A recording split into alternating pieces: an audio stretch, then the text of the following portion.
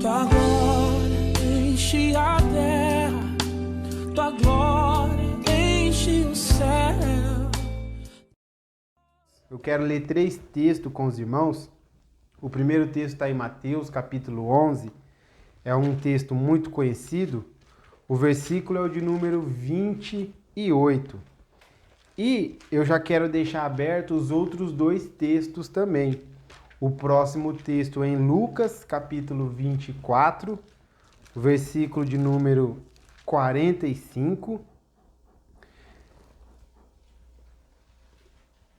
Na verdade, o versículo 49. E Marcos, capítulo 16, versículo 15. Então, nós vamos ler na sequência Mateus, capítulo 11, verso 28. Depois nós vamos ler Lucas, capítulo 24, versículo 49. E por fim nós vamos ler Marcos, capítulo 16, versículo 15. Então é um livro na sequência do outro.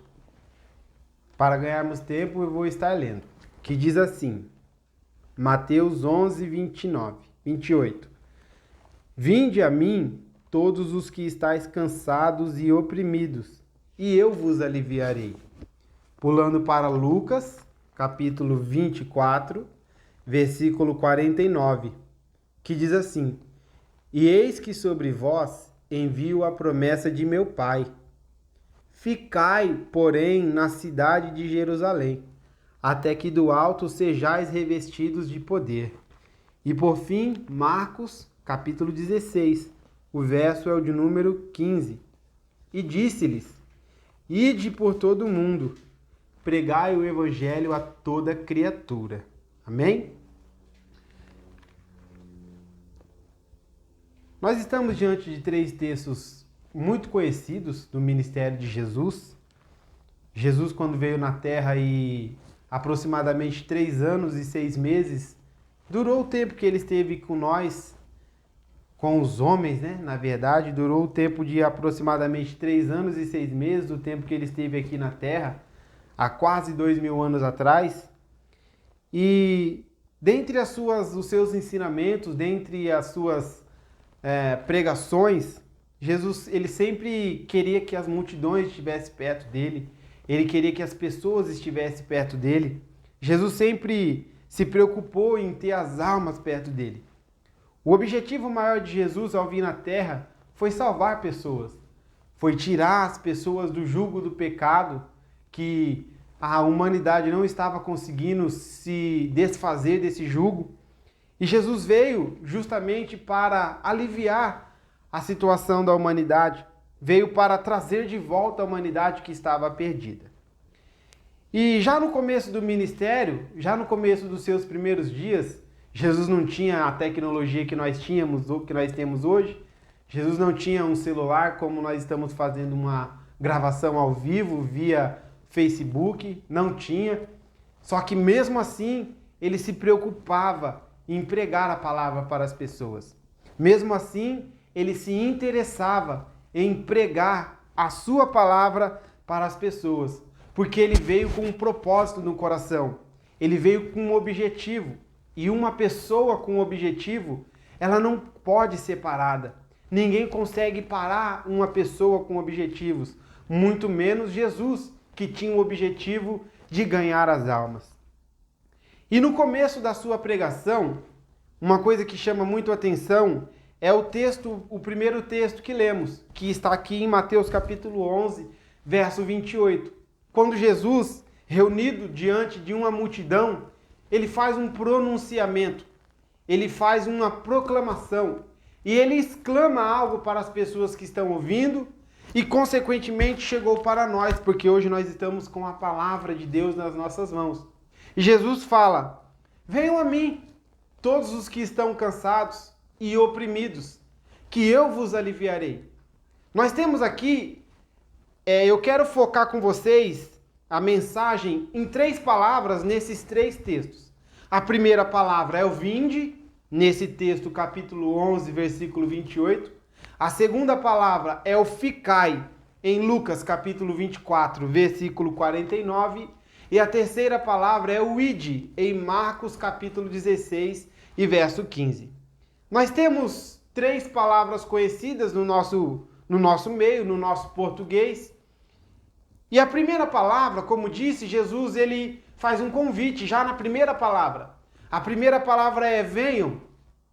Ele não está perguntando se você tem dinheiro, ele não está perguntando se você é bonito ou feio, ele não está perguntando se você é alto ou baixo, ele não está perguntando se você é rico ou pobre, ele não está perguntando se você é branco ou negro, ele não está perguntando se você é homem ou mulher, ele não está perguntando se você é brasileiro, se você é de uma outra nacionalidade, ele não faz distinção de pessoas, ele simplesmente pronuncia e diz, venham. E o convite que ele faz é direcionado a um grupo de pessoas. E o grupo de pessoas em que ele direciona a sua palavra, a sua mensagem, são as pessoas que estão cansadas. São as pessoas que estão oprimidas. São as pessoas que não aguentam mais viver a vida que vivem.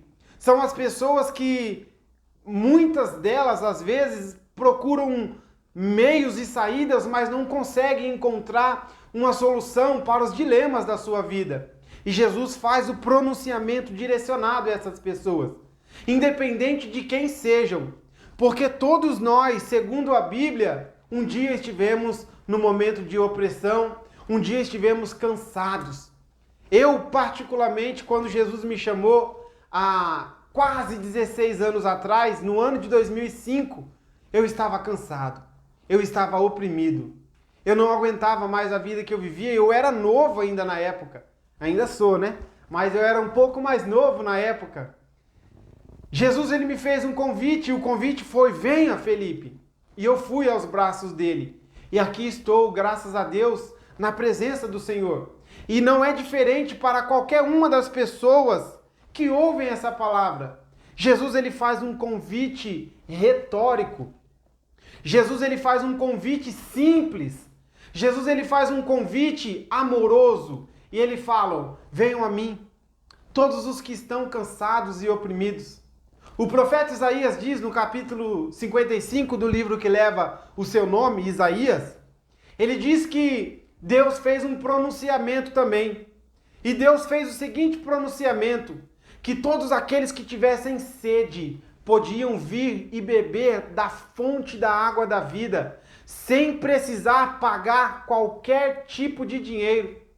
Deus, quando ele faz um convite, e aqui Jesus fazendo um convite para a nossa pessoa, para nós, ele não quer saber se nós temos dinheiro ou se temos. Ele quer saber que o nosso coração pode ser voltado para ele. Ele quer saber de tratar da nossa alma. Ele quer saber de mudar a nossa vida, mudar a nossa história. Jesus faz um convite com a certeza da solução. Ele fala, venham a mim, todos os que estão cansados e oprimidos e sobrecarregados. O que podemos entender com pessoas cansadas? Por exemplo, pessoas cansadas de um governo que não auxilia as pessoas, de um governo que se beneficia do dinheiro público. Não somente disso, mas de pessoas no dia a dia, no cotidiano, que tentam se aproveitar da gente. Cansado das mentiras do povo. Cansado de acordar de manhã e chegar no serviço e ser maltratado no serviço. Para aqueles que estudam, de chegar na escola e não ter um ensino bom. Pessoas cansadas. E o convite é para essas pessoas. Venham, vocês que estão cansados. E além do cansaço, Jesus fala, e os oprimidos. Oprimido por quem? Voltamos a falar, de repente, por um governo que não auxilia o povo. Oprimido pelas questões cotidianas que apertam a gente. Oprimido porque vai acordar no dia de amanhã e não tem pão para dar para o seu filho. Não tem comida para dar para o seu filho. Não tem comida para si próprio. Oprimido por um sistema corrupto, oprimido na alma por forças espirituais malignas que oprimem as nossas vidas. Jesus está fazendo um convite. Venham. E ele dá a certeza.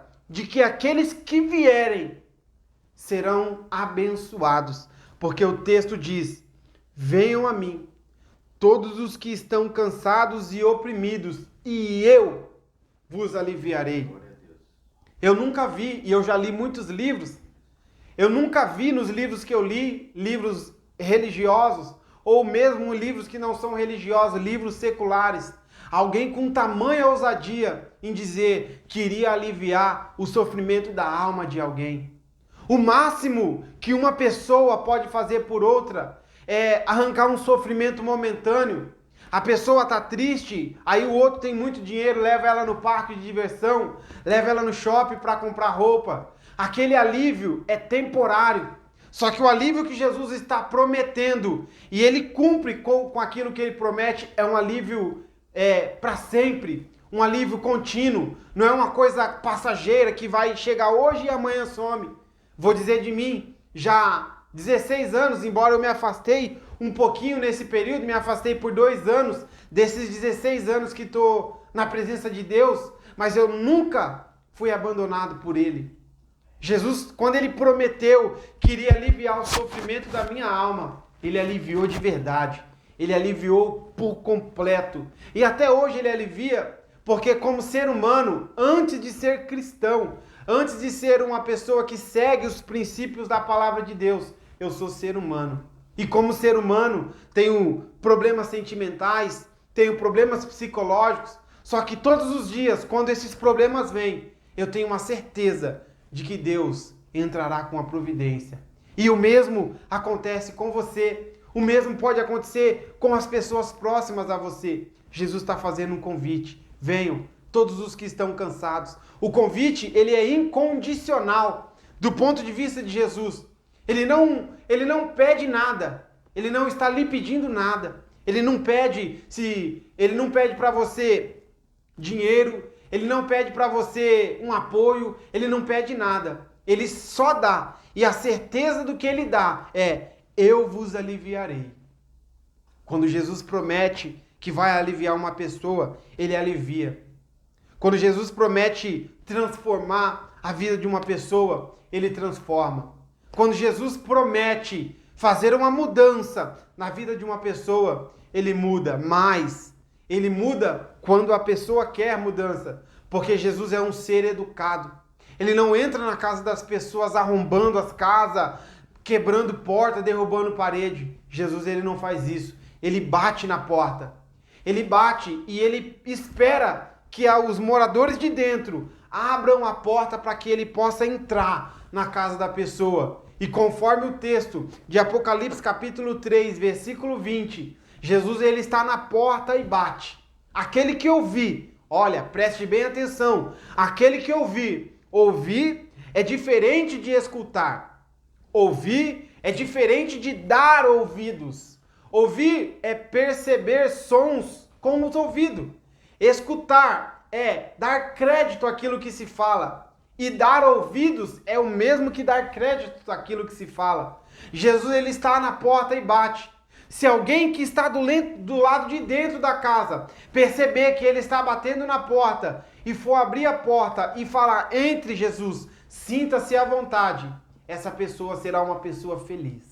Essa pessoa será uma pessoa abençoada. E quando eu falo de felicidade e abençoado, eu não estou dizendo que a pessoa está isenta de passar dificuldades no dia a dia da vida, não. Mas eu estou falando que mesmo nas dificuldades, a pessoa está feliz. A pessoa está contente. Pode o teto estar desabando, o mundo pode estar caindo, mas a pessoa é uma pessoa feliz porque ela tem o amor de Deus dentro de si. Ela tem a presença de Deus dentro de si. E não há ninguém que possa parar uma pessoa com a presença de Deus. Jesus está fazendo um convite. Venham a mim, todos os que estão cansados e oprimidos, e eu vos aliviarei.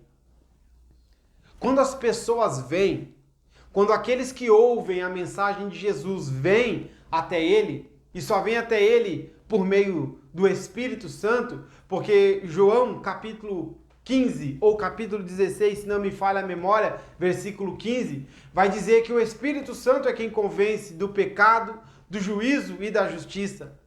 Ele convence do pecado porque o mundo já está entregue ao maligno. O mundo está perdido e abandonado. Mas mesmo assim o Espírito Santo está aqui transformando pessoas e levando as pessoas até Jesus, para que Jesus possa transformar essas pessoas, para que Jesus possa modificar a vida das pessoas.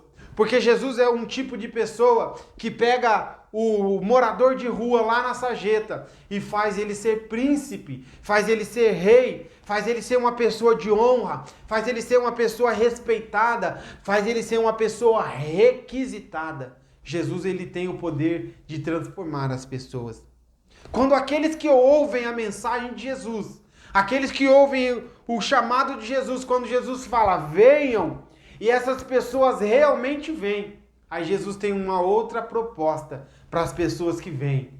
E nós lemos essa proposta no Evangelho que escreveu Lucas, capítulo 24, versículo 49.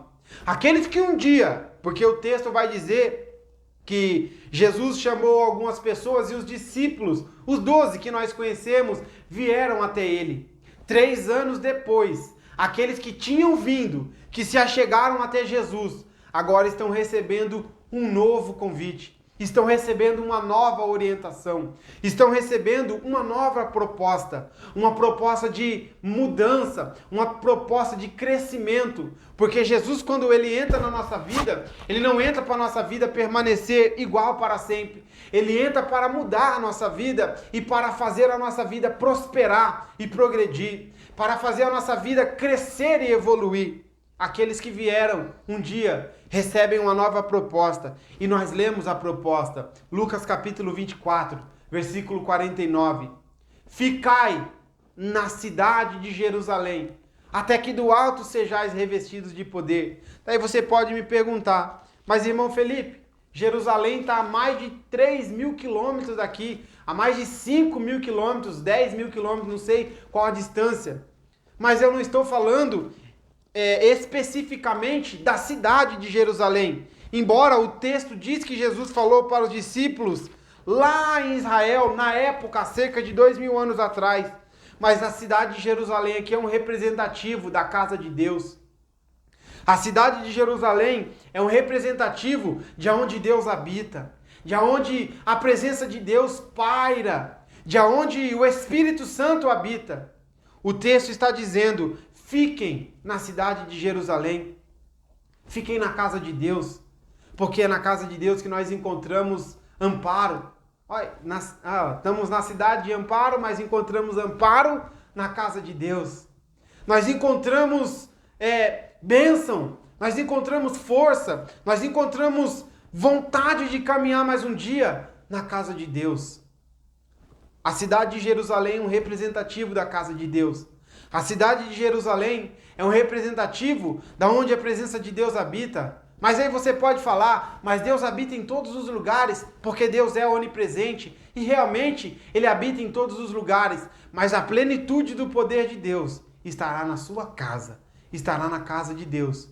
Todas as vezes que nós observamos Deus a maioria das vezes que nós observamos Deus se manifestando no Antigo Testamento, foi na sua casa. E hoje, Deus ele habita dentro de nós, e nós somos morada do Espírito Santo. Mas o texto está dizendo, fiquem na cidade de Jerusalém.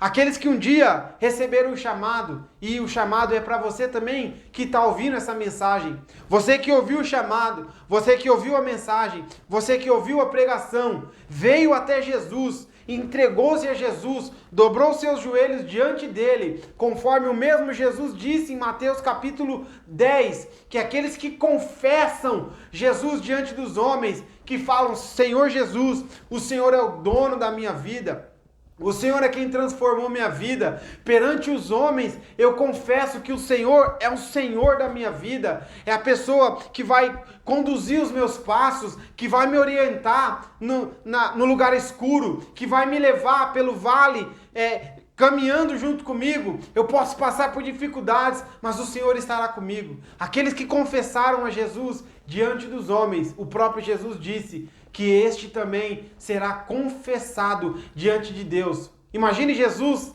e você de mãos dadas com Jesus, lá no dia do arrebatamento, no dia do julgamento de obras, e Jesus falando para o Deus Pai, falando assim, ó, Pai, esse aqui me confessou diante dos homens. Imagine que honra você receber um mérito de Jesus. Seria legal, por exemplo, hoje nós temos a pessoa mais importante do nosso país, é o presidente da República. Imagine, você vê aí nos jornais, na televisão, quando ele vai para passeia lá em Brasília, ou quando ele vai para qualquer outro lugar, sempre tem um monte de pessoa querendo dar um abraço nele, embora estamos no momento de pandemia, quando estava normal, pessoas querendo dar um abraço nele, querendo cumprimentar ele, receber um autógrafo, tirar uma foto com ele. É honroso isso, não é? É honroso, mas mais honroso do que receber o mérito de um homem é Jesus falar, este é o meu filho. Mais honroso do que passar e tirar uma foto com um presidente, com um famoso de televisão, um jogador de futebol famoso. Mais importante do que isso, infinitamente mais importante, não há como calcular o quanto isso é melhor. É você ouvir da boca de Jesus, e Jesus, o Deus Filho, com você perto, falar para o Deus Pai, este é o meu filho. Este aqui me confessou diante dos homens, entregou a sua vida para mim, e hoje ele está conosco, entrando no paraíso. E o próprio Jesus vai dizer em Mateus capítulo 25, venham, benditos do meu Pai, possuam por herança o reino que está preparado para vocês, desde a fundação do mundo. Quantos anos o planeta Terra tem? Não sei. A ciência diz bilhões, a ciência diz milhões, se tem milhões ou bilhões. Então é desde essa época aí que Jesus preparou um reino para você. É desde essa época aí que Jesus preparou um lugar especial para você. Porque no reino de Jesus tem um espaço preparado para você. Aqueles que vieram, Jesus ele faz uma proposta. Fiquem para quê? Para que eu vou ficar aqui na casa de Deus? Para que eu vou ficar aqui em Jerusalém, o representativo da casa de Deus? Eu vou ficar aqui para receber poder, para receber virtude, para receber forças, para receber uma proposta de que após essa virtude, este poder, Jesus vai fazer uma outra coisa. E nós vamos chegar nesse outro ponto. Jesus ele reveste, e aqui ele está falando para os 12 discípulos. Cerca de 10 dias depois desse momento em que ele fala essas palavras, estão os discípulos reunidos em um lugar chamado cenáculo, lá em Israel. E eles estão todos reunidos orando, buscando a presença de Deus. E o texto de Atos, capítulo 2, vai dizer que de repente, porque Deus ele vai fazer a obra na sua vida assim, de repente, repentinamente, você vai dormir, os seus vizinhos vão falar, é a mesma pessoa, mas no dia seguinte, de repente, os seus vizinhos vão olhar e falar, o que aconteceu com essa pessoa? Porque foi de repente que Deus fez uma obra na vida dessa pessoa. O texto vai dizer que esses que ficaram em Jerusalém e obedeceram a mensagem de Jesus, obedeceram as palavras dele, receberam um poder diferenciado. Um poder que transforma. Um poder que é mais do que os poderes bélicos que este mundo pode oferecer. Um poder que é mais do que qualquer armamento que os homens já criaram até hoje. Um poder que é mais do que qualquer bomba nuclear que possa existir. Um poder diferente. Um poder que não mata as pessoas. Na verdade, mata espiritualmente para o mundo e ressuscita espiritualmente para Deus. Um poder que tem a força, que tem a virtude de transformar pessoas. É uma arma que não machuca. É uma arma que não tira sangue. É uma arma que não faz as pessoas chorarem de tristeza. É uma arma que não faz as pessoas sofrerem. É uma arma que transforma. É uma arma que muda do mal para o bom. É uma arma que muda a pessoa da escuridão para a luz.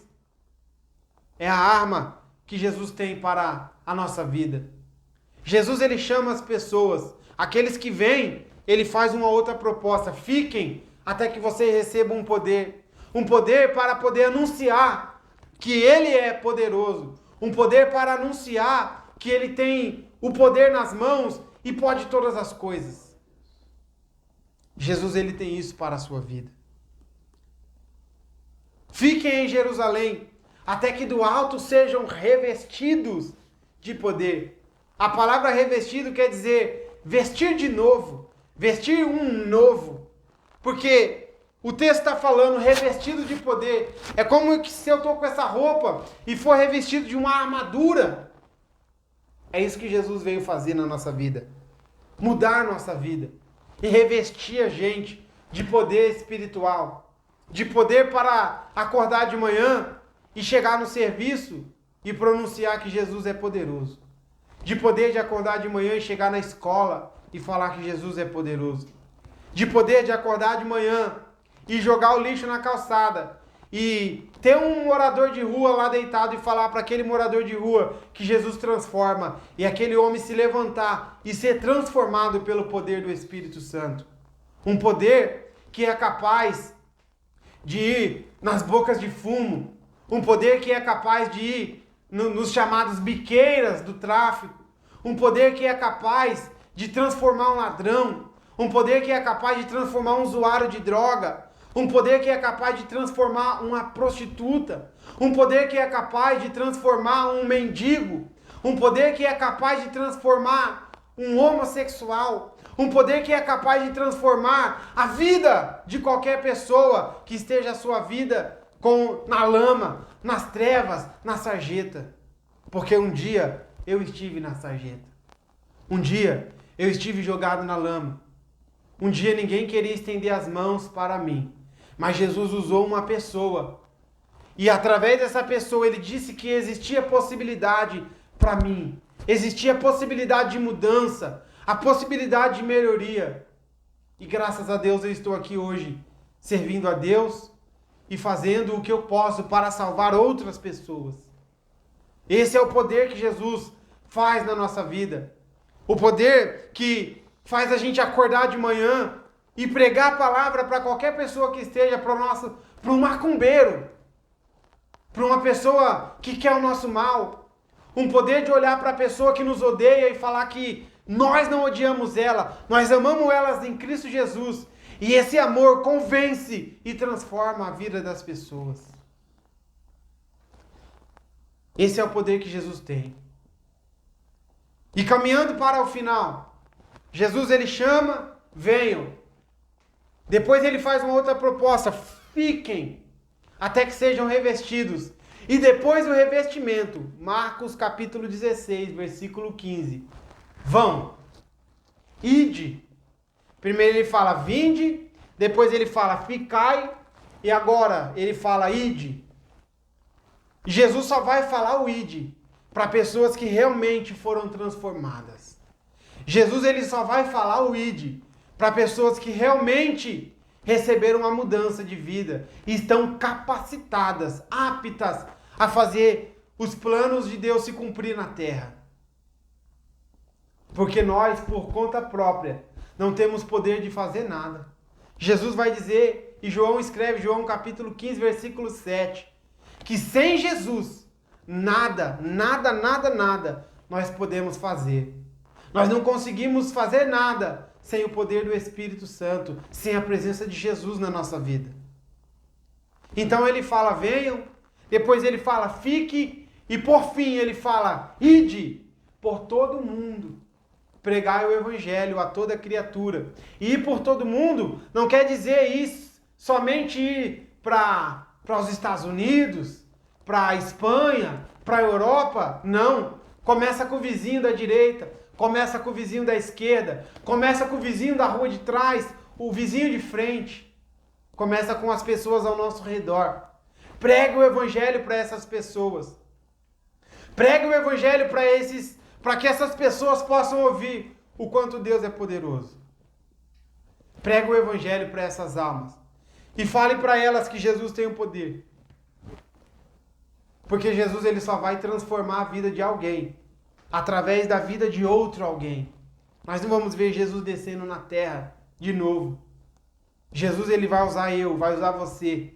Jesus ele vai utilizar a gente e ao mesmo tempo que ele usa a gente como uma ferramenta nas mãos dele para poder abençoar as outras pessoas, consequentemente ele abençoa a nossa vida.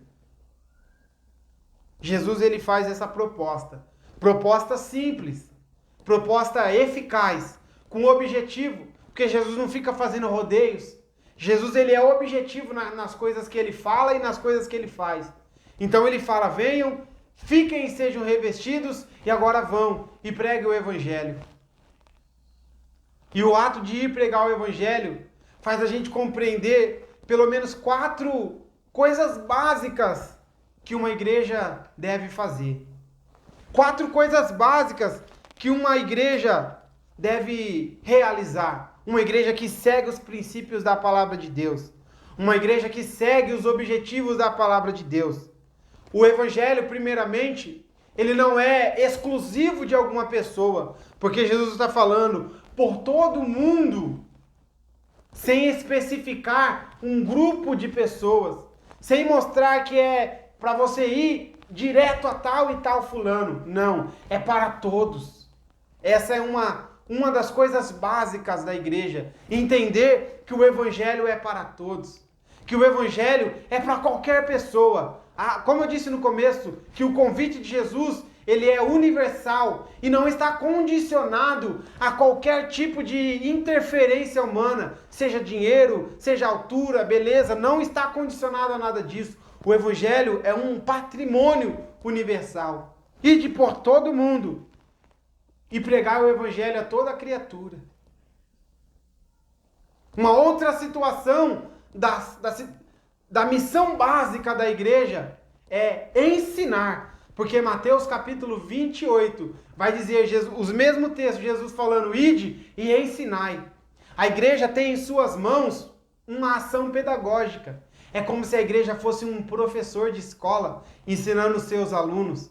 Ensinai é uma das missões básicas da igreja. Ensinar, uma ação pedagógica. A primeira é que o evangelho é um patrimônio universal. A segunda é que a igreja tem em suas mãos uma faculdade pedagógica e o poder do Espírito Santo para poder ensinar as pessoas aquilo que é o correto, aquilo que é o que Deus tem planejado para a humanidade. Ensinai. E aí ele continua e diz assim, quem crê e for batizado será salvo, mas quem não crê será condenado. Nós percebemos que a igreja vai pronunciar uma ação judicial sobre alguém. Porque aqueles que crerem serão absolvidos. Aqueles que crerem, o texto diz, será salvo. Aqueles que crerem e se firmarem aos pés de Jesus será salvo. Uma ação judicial. Outra missão básica da igreja, entender que em suas mãos Jesus confia e, por meio da igreja, ele manifesta uma ação judicial. Não uma ação judicial como a de um tribunal humano, que está aí querendo condenar as pessoas, não. Mas uma ação que dá liberdade para aquele que está ouvindo, de crer ou não crer. Aqueles que crerem, conforme o texto está dizendo, serão salvos. Porém, aqueles que não crerem, como o mesmo texto diz, será condenado. Então a igreja tem que entender que o evangelho é um patrimônio universal, ela tem em suas mãos um poder pedagógico e ela tem em suas mãos um poder judicial.